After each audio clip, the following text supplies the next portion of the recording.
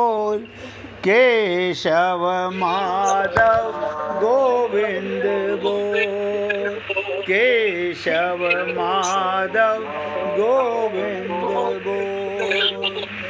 हरि बोल हरि बोल हरि हरि बोल हरि बोल हरि बोल हरि हरि बोल।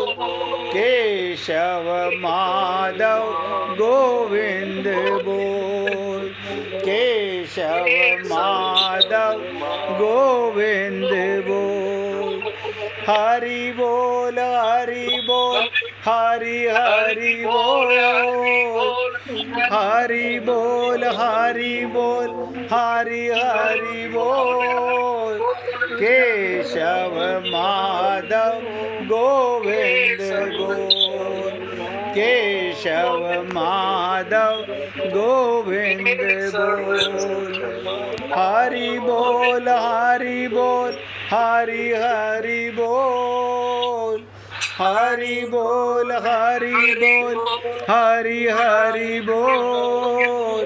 केशव माधव गोविंद बोल केशव माधव गोविंद बोल।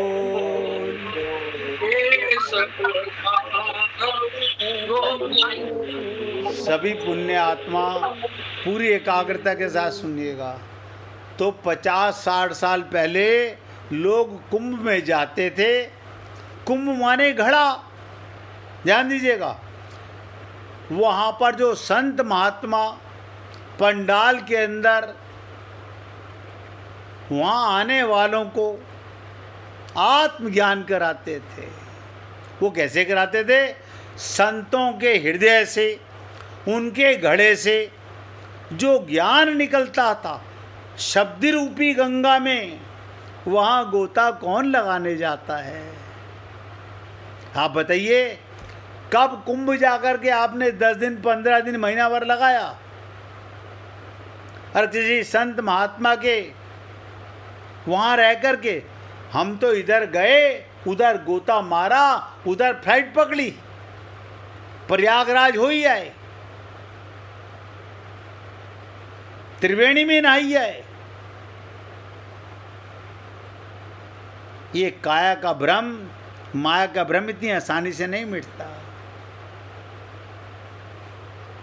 इसलिए हे पुण्य आत्माओं, तत्व ज्ञान होने पर जब संसार की स्वतंत्र सत्ता ही नहीं रहती, तब संपूर्ण पापों का सर्वदा नाश हो जाता है और महान पवित्रता आ जाती है। महान पवित्र है, क्योंकि आत्मा पवित्र नहीं होती। आप पखाने में बैठे हो, आप सोच के देखो, आपको लगता है नहीं नहीं अभी तो हम हाथ मत लगाना हमारे, अभी हम अपवित्र हैं। लोग कहते हैं हमारे हाथ मत लगाना, अभी हम अपवित्र हैं। बताओ, ये तो तुम्हारा ज्ञान है, ये तुम्हारी खोपड़ी है। आत्मा होते हुए अपने को शरीर मानते हो और शरीर से भगवान को पकड़ना चाहते हो। अभी भाई जी ने पूछा, बहुत अच्छा लगा कि आत्मज्ञान के बिना भक्ति हो ही नहीं सकती। जब तुम आत्मा ही नहीं हो तो प्रेम करेगा कौन, भक्ति करेगा कौन?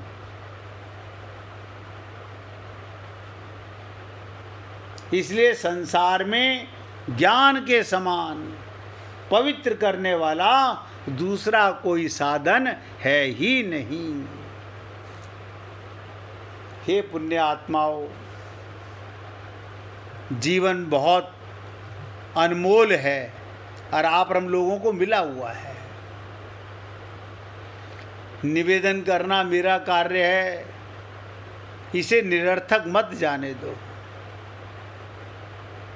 जो समय जा चुका उसका मलाल मत करो, जो बचा है बस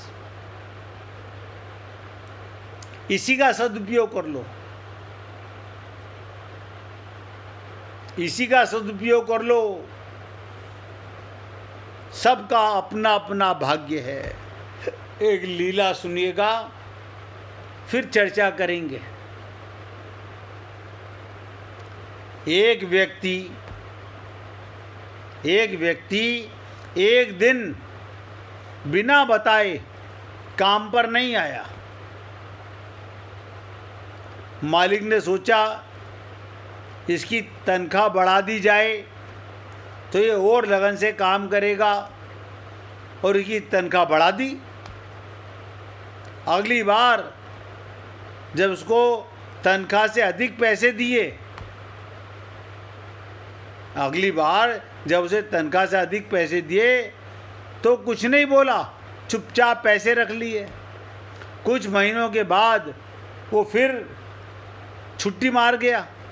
मालिक को बहुत गुस्सा आया, सोचा इसकी तनख्वाह बढ़ाने का क्या फ़ायदा हुआ, ये नहीं सुधरेगा, और उसने बढ़ी हुई तनख्वाह अब कम कर दी और इस बार उसको पहले वाली तनख्वाह दी। वो इस बार भी चुपचाप ही रहा और कुछ नहीं बोला। मालिक को बड़ा आश्चर्य हुआ, ना बढ़ाने से ना कम करने से। मालिक ने उससे पूछा, जब मैंने तुम्हारे अनुपस्थिति होने के बाद तुम्हारी तनख्वाह बढ़ा दी तो तुम कुछ नहीं बोले, और आज तुम्हारी गैर हाजिरी होने से तनख्वाह कम कर दी तो भी तुम शांत रहे, इसकी वजह क्या है? उसने जवाब दिया अपने मालिक को, जब मैं पहले अनुपस्थित हुआ था मेरे घर एक बच्चा पैदा हुआ था, आपने मेरी तनख्वाह बढ़ाकर, मैं समझ गया परमात्मा ने उस बच्चे के पोषण का हिस्सा भेज दिया है। और जब दोबारा मैं गैर हाजिर हुआ तो मेरी माता जी का निधन हो गया था। जब आपने मेरी तनख्वाह कम कर दी तो मैंने मान लिया कि मेरी माँ अपने हिस्से का उनके साथ ही चला गया। अब मैं उस तनख्वाह के लिए क्यों चिंतित हूँ जिसका हिसाब स्वयं परमात्मा ले रहा हो। बहुत ही मजबूत रिश्ता है मेरे और भगवान के बीच। ज़्यादा मैं मांगता नहीं और कम भगवान देता नहीं। हाँ बताइए। और हम तो सारा दिन हाय पैसा हाय पैसा।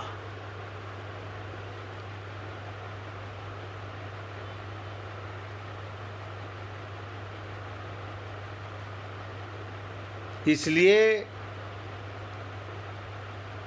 ये भूल, ये अज्ञान अगर अब नहीं सुधरी तो कभी नहीं सुधर पाएगी। ये 38वां श्लोक 1-2 दिन में खत्म होने वाला नहीं है। ये समझने वाला और लंबा चलने वाला है। ध्यान से सुनिएगा। आप और हम लोग संसार में सब यज्ञ करते हैं, हाँ करते हैं। दान करते हैं, हाँ दान देते हैं। तप करते हैं, हाँ करते हैं। पूजा करते हैं, हाँ करते हैं। व्रत करते हैं, हाँ करते हैं। उपवास, जप, ध्यान, प्राणायाम आदि जितने साधन हैं, और गंगा, यमुना, गोदावरी जितने तीर्थ हैं,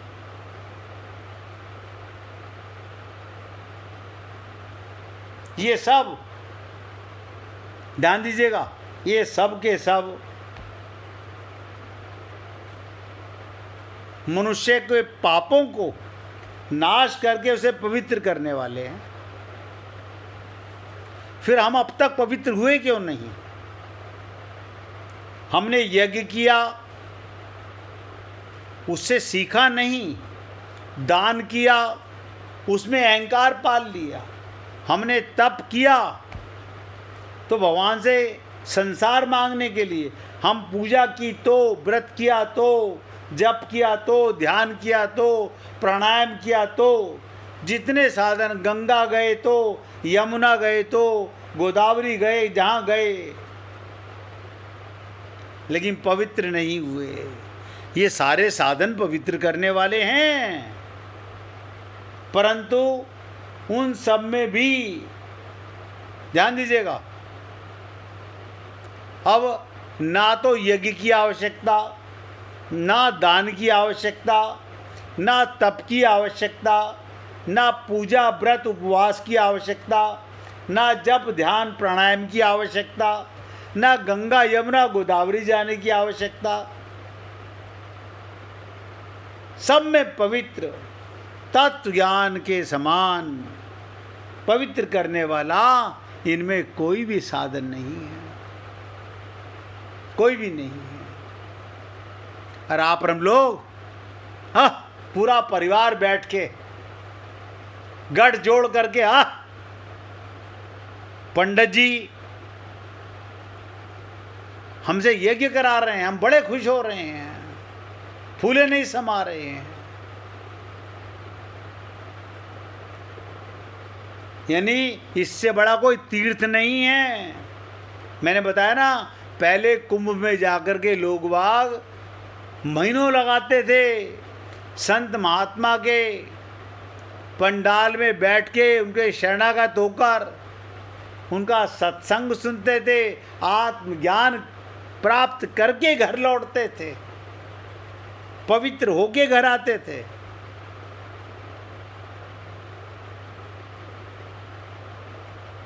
और आजकल क्या करके आते हैं ये मैं क्या बोलूं, सब जानते होंगे।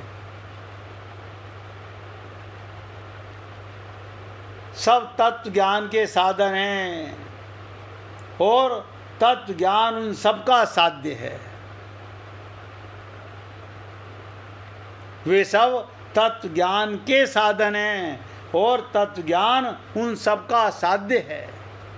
जब तक इन कर्मों को करने से, जप तप व्रत उपवास यज्ञ करने से तत्व ज्ञान ही नहीं हुआ, फिर आपका वो कल्याण करने वाले नहीं रहे। और हमने आपसे निवेदन किया, तत्व ज्ञान के समान पवित्र करने वाला कोई साधन नहीं है। अब आप सोचिएगा, आपको आपका परिचय किसी और का नहीं कि मैं कौन हूं, मैं कौन हूं, यही केवल तत्व ज्ञान है।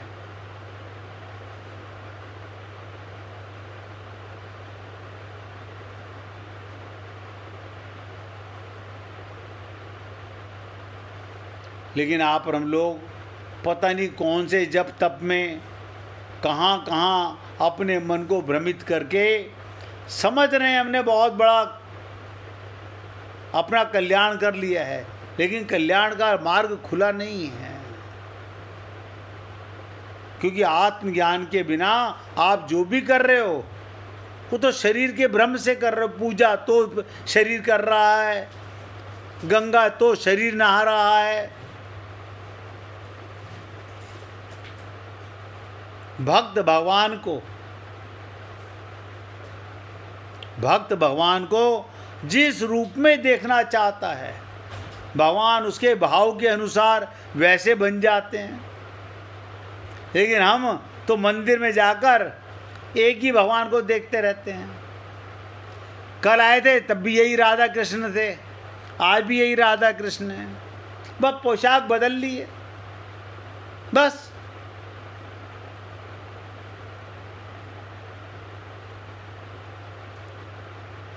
हे पुण्य आत्माओं, ये छोटी छोटी सी बातें अगर आप और हम लोग अपने जीवन में कटुता से पकड़ लें, संकल्प कर लें, कहते ना आत्मज्ञान के बाद विद्या और अविद्या का भेद क्यों नहीं रहता। विद्या और अविद्या का भेद खत्म हो जाता है, क्योंकि आत्मज्ञान में ज्ञाता ज्ञान और ज्ञेय का भेद मिट जाता है। वहाँ केवल शुद्ध चैतन्य का अनुभव रह जाता है। ये जो आपके और हमारी खोपड़ी में ना मैं और मेरा, ये मिट जाता है। अभी तक मैं और मेरा हमने गुरु अपना रखे हैं, मैं मेरा नहीं मिटा। फिर गुरु क्या करेगा? या तो वो गुरु भी श्रोत्रिय ब्रह्मनिष्ठ नहीं है, या हम उसकी शरणागति नहीं है। अन्यथा मैं और मेरे का भेद समाप्त हो जाना चाहिए था।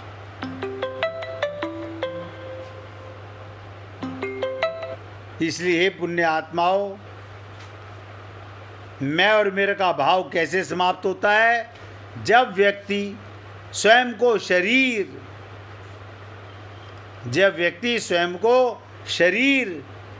या मन नहीं, शुद्ध आत्मा के रूप में जान लेता है।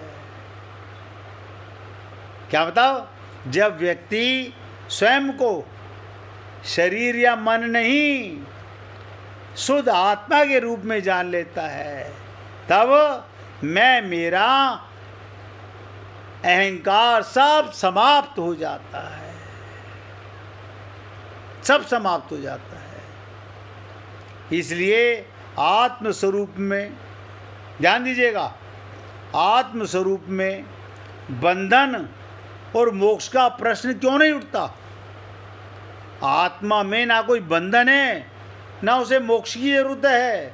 क्या कारण? ध्यान दीजिएगा, बंधन और मोक्ष जीव की दृष्टि से है, आत्मा तो सदा से मुक्त है। आत्मा तो सदा से मुक्त है, इसलिए आत्म स्वरूप में ना बंधन है ना मोक्ष, केवल शुद्ध अस्तित्व परमात्मा और आत्मा का संबंध हो जाता है।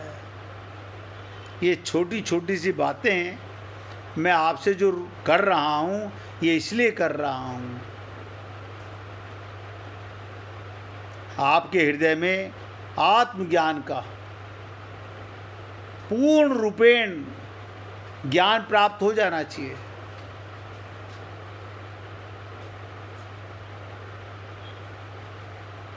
भगवान श्री कृष्ण की वाणी, गीता किसकी वाणी है? भगवान श्री कृष्ण की। आप कहेंगे नहीं तो वेद व्यास जी ने लिखी है। अरे बाबा, वेद व्यास भी भगवान के अवतार हैं। भगवान श्री कृष्ण की वाणी बहुत विचित्र है। कैसे विचित्र है? जिस किसी को भजन सुनाना, निकाल के रखना। अरे सुनिएगा, भगवान की वाणी कैसे विचित्र है। जैसे माँ के दूध आता है, ध्यान से सुनिएगा, जैसे माँ के दूध आता है, ऐसे भगवान के सामने कोई सुनने वाला आ जाए, अर्जुन जैसा पूछने वाला आ जाए, तो भगवान की धाराएं छूटती हैं। भगवान से मुख से अमृत टपकने लगता है, प्रेम की विलक्षण धारा छूटती है। संत महात्माओं की बात भी देखो, कोई सच्चे हृदय से जिज्ञासु होकर, अगर आप हम लोग सच्चे हृदय से जिज्ञासु होकर सुनता है, तो उसके सामने गीता के भाव संत के मुख से टपकने लगते हैं। वो सुन नहीं सकता, इससे भाव आते हैं। भगवान की ऐसी कृपा, गीता का इतना प्रभाव है, विलक्षण प्रभाव है प्रेम का। तो सज्जनों, ये ध्यान से सुनिएगा,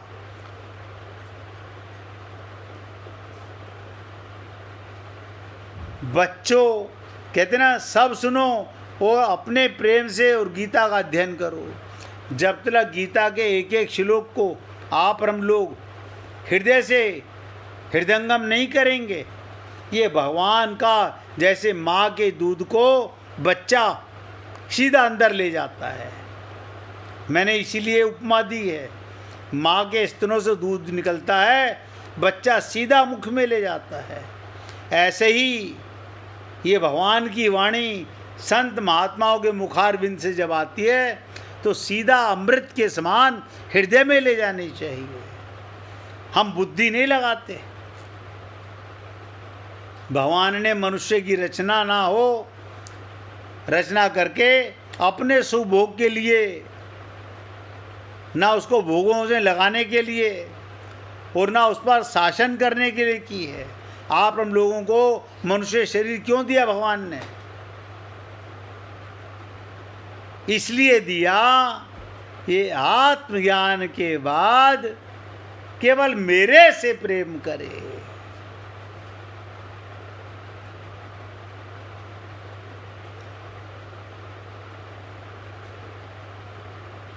मैं उससे प्रेम करूं, वो मेरे को अपना कहे, मैं उसको अपना कहूं।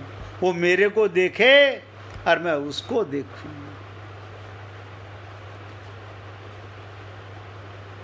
इसलिए निवेदन करना मेरा कार्य है। अच्छा लगे तो जीवन में उतारने का प्रयत्न कीजिएगा।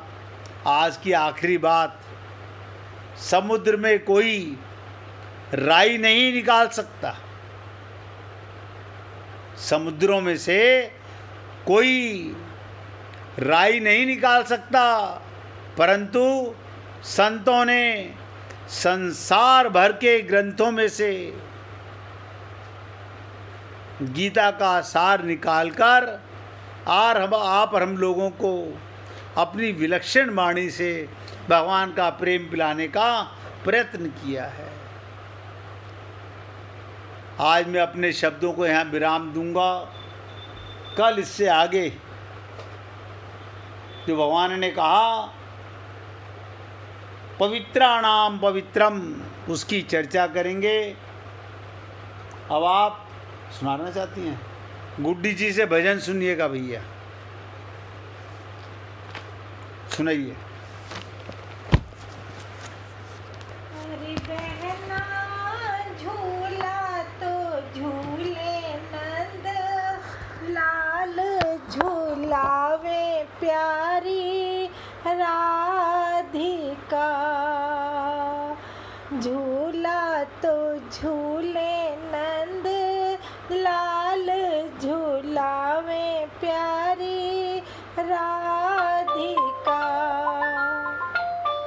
रेशम की डोरी डाली कदम पे, रेशम की डोरी डाली कदम पे। अरे बहना पटरी में जड़े हीरा, लाल झूलावे रानी राधिका। पटरी में जड़े हीरा, लाल झूलावे रानी राधिकारी। बहना झूला तो झूले नंद लाल, झूलावे प्यारी राधिका। मोर मुकुट साजे शीश पे, मोर मुकुट साजे शीश पे। गले में पड़ी मणि माल, झूलावे रानी राधिकारी। बहना गले में पड़ी मणि माल, झूलावे रानी राधिका। झूला तो झूले नंद लाल, झूलावे रानी राधिका। बंसी बजावे कान्हा रस भरी, बंसी बजावे कान्हा रस भरी। सखियाँ तो गावे मलहार, राधिकारी बहना सखियाँ तो गावे मल हार झूलावे रानी राधिका। जमुना किनारे आनंद हो रहा, जमुना किनारे आनंद हो रहा। वने मोह लई ब्रज नार झूलावे रानी राधिका। उसने मोह लई ब्रज नार झूलावे रानी राधिका। रिम झिम मेघ बरसते, रिम झिम मेघ बरसते और ठंडी चले है बयार झूलावे रानी राधिका। और ठंडी चले है बयार झूलावे रानी राधिका। री बहना झूला तो झूले नंद लाल झूलावे रानी राधिका। बोलिए वृंदावन बिहारी लाल की जय। जय जय श्री राधे, जय जय श्री राधे।